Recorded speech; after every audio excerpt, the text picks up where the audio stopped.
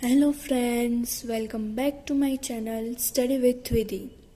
Myself Vidhi. Here I am with a new video of science, nutrition and plants. So first let us learn about nutrients.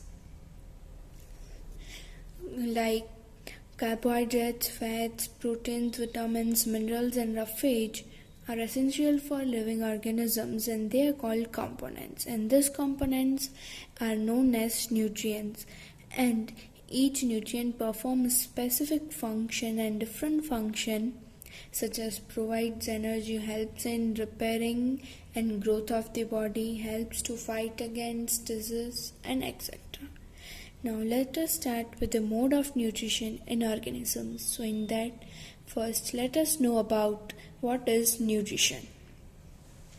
The process of obtaining and utilizing food by living organisms is called nutrition. So the food we obtain and then we utilize it, it is called nutrition, and they are utilized in various types like energy, growth, reproduction and many more. And the nutrition are mainly of two types. They are autotrophic nutrition and heterotrophic nutrition. So now let us learn about autotrophic nutrition. Autotrophic nutrition, the mode of nutrition in which a living organism can make its own food, is called autotrophic nutrition, and the organisms which exhibit this type of nutrition are called autotrophs. Plants can make their own food by the process of photosynthesis. Algae and some bacteria are also examples of autotrophs. So the mode of nutrition in which a living organisms like plants, algae, some bacteria, they make their own food. So they are called autotrophs. But that mode of nutrition is called autotrophic nutrition. Now heterotrophic nutrition. Most of the organisms and the animals depend on the plants and other animals for their food. This type of mode of nutrition is called heterotrophic nutrition, and the organisms which exhibit this type of nutrition are called autotrophs. So most of the organisms and animals like bird and the human beings depend on the plants and other animals for their food. So the human beings, animals and birds are called heterotrophs, but this mode of the nutrition is called heterotrophic nutrition. Now let's move to the next topic, that is photosynthesis. Photosynthesis is a process in which chlorophyll containing green plants uses two important raw materials, carbon dioxide and water, to synthesize their food in the presence of sunlight. So the photosynthesis is a process in which green plants containing chlorophyll uses two raw materials, they are carbon dioxide and water, to synthesize their food in the presence of sunlight. Photosynthesis usually occurs in green leaves as they contain chlorophyll. Therefore, leaves are called food factories of the plant. So photosynthesis is mostly done in green leaves as they contain chlorophyll, and therefore leaves are also called food factories of plants. Apart from leaves, photosynthesis also occur in green parts of plants such as green stems and branches. So not only leaves but photosynthesis also occur in the green parts of the plants such as green stems and branches. Green stems are usually found in the desert plants in which leaves are reduced into the scales or spines to prevent loss of water by photosynthesis. Green stems are mostly found in the desert plants in which leaves are reduced into scales or spines to prevent loss of water by photosynthesis. In plants, food is stored in the form of starch. Starch is a complex carbohydrate Its presence in the leaf indicates the occurrence of photosynthesis.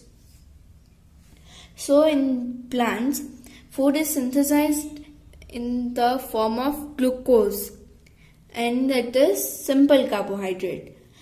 Then the glucose is converted into the form of starch, and the starch is complex carbohydrate. And its presence in leaves indicates us that photosynthesis has occurred in the leaves. To find the presence of starch in the leaves, iodine test is done. The whole process of photosynthesis can be written in the form of chemical equation as given below. In this equation, we can say like carbon dioxide plus water in presence of chlorophyll and sunlight gives us glucose and oxygen.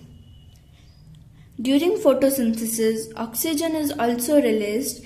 This oxygen is utilized by all living organisms during the process of respiration to get energy from the food. During photosynthesis, we also know that oxygen is released, and this oxygen is utilized by all living organisms during the process of respiration. Now we will move to next topic, and that is raw materials for photosynthesis. So the raw material for photosynthesis are chlorophyll, sunlight, carbon dioxide and water. So now we will see the next topic, that is chlorophyll. Chlorophyll. It is a green color substance or pigment present in the green parts of the plants.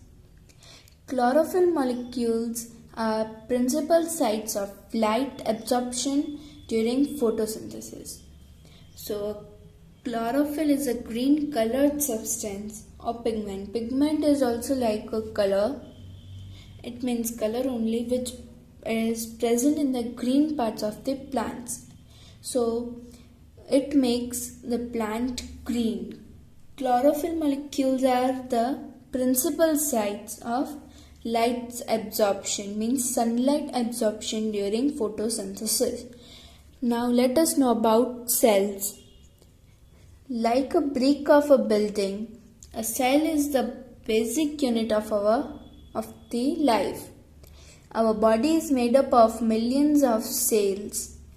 So like a brick of a building, a cell is a basic unit of life. Our body is made up of millions of cells. And some organisms like ammoebia are only made up of single cell, and each cell is enclosed by a thin layer or outer boundary called cell membrane. At the center of the cell, a spherical nucleus is located. The nucleus is surrounded by cytoplasm. So there is an easy way to learn this, and that is like our body has heart, so the cell has this nucleus, and as our body has blood, cell has cytoplasm, and as our body has skin, so cell has this cell membrane, or we can call it as a cell wall also. So now next important topic is sunlight.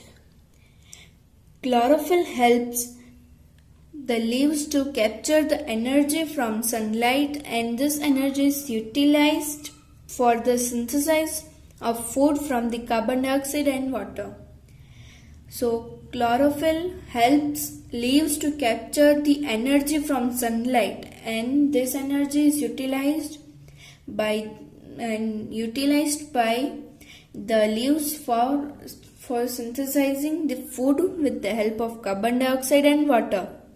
Plants can manufacture food only in presence of sunlight, because sun is the only and ultimate source of energy for all living organisms. So plants can manufacture food only in presence of sunlight. They cannot do the process of photosynthesis during night, because the sunlight is the only ultimate source of energy for all living organisms. So now we will study this diagram also. So this is called stomatal pore. This is called nucleus. This is inner thick wall. This is epidermal cell. And this is outer thin wall. And this whole diagram is of stomata open. Now we will study about stomata closed. So this is chloroplast. This is vacuole. And these two are guard cells which help them to open and close the stomatal pore. So these questions are